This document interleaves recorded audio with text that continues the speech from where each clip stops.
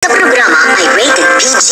Ito ay nangangailangan ng patnubay at gabay ng magulang para sa mga batang manunood.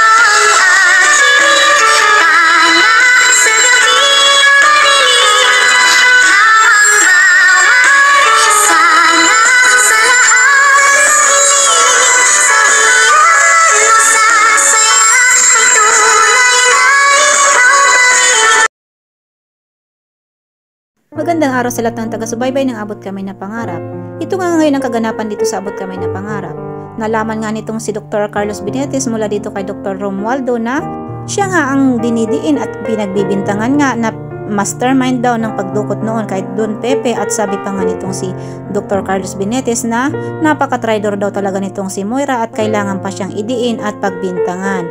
At galit na galit nga itong si Dr. Carlos Benitez dito kay Moira dahil nga sa pambibintang nito dito sa kanya na siya nga ang dumukot noon at mastermind ng pagdukot noon kay Don Pepe. At sabi pa nga nitong si Dr. Carlos Benitez na hindi alam ni Moira ang kanyang kayang gawin at galit na galit nga ito. At sabi pa nga nito na mayayari daw sa kanya itong si Moira kapag nakita niya ito, sabi nitong si Dr. Carlos Benitez. At sobrang galit niya nga dito kay Moira dahil nga sa napaka-traidor daw nitong si Moira at hindi na inisip nung tinulungan nitong si Dr.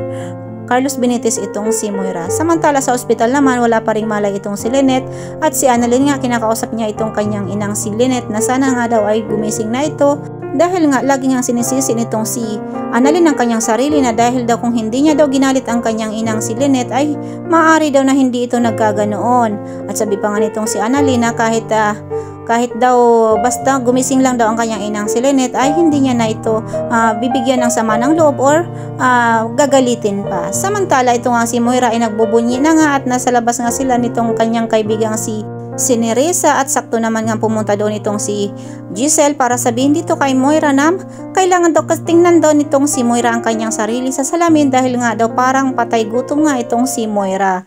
At sabi pa nga nitong si Giselle na nakuha pa talagang mag-celebrate nitong si Moira at ito naman ang kinabigla naman nitong si Nerissa dahil nga sa biglang pagdating nga nitong si Giselle. At sabi pa nga nitong si Moira na kailangan niya i-celebrate ang kanyang pagkapanalo at ang kanyang paglaya sa kulungan dahil daw ay dahil daw nga ay inosente siya at wala siyang kasalanan. Samantala sa di kalayuan naman andoon nga itong si Dr. Carlos Benitez at nagmamanman lamang dito kay Moira dahil nga din may galit din itong si Dr. Carlos Benitez dito kay Moira at balak niya din maghiganti dito sa ginawa nga nitong si Moira na pagdidiin sa kanya ng pagiging mastermind niya daw sa pagkidnap noon kay Don Pepe.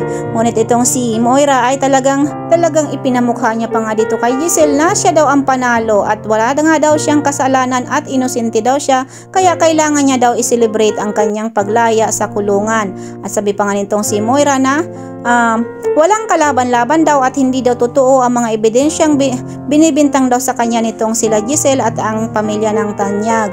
At sabi pa nga nitong si Moira na walang makakapigil na sa kanyang mga gagawin ngayon dahil nga daw ay naabsuelto na siya sa kasalanang hindi niya naman daw ginawa. So napakasinungaling talaga nitong si Moira at napakasama talaga ng ugali pero hindi niya alam na nagmamasid lamang itong si Dr. Carlos Benitez para gantihan nga itong si Moira sa kanyang ginawa dito kay Dr. Benitez na pagdidiin na sinasabi niyang siya ang mastermind nga nitong pagdukot doon kay Don Pepe. Samantala itong si Giselle naman ay nakatingin lamang dito kay Moira at gusto niya na talaga itong sampalin or sabunutan dahil nga sa nanggigigil talaga siya dito kay Moira dahil parang wala lang kay Moira ang mga nangyaring krimen na ginawa nga nito, lalo na ang pagkamatay nga nitong ama nitong si Giselle na si Don Pepe. So ito guys ang pakakaabangan natin sa Abot Kamay na Pangarap.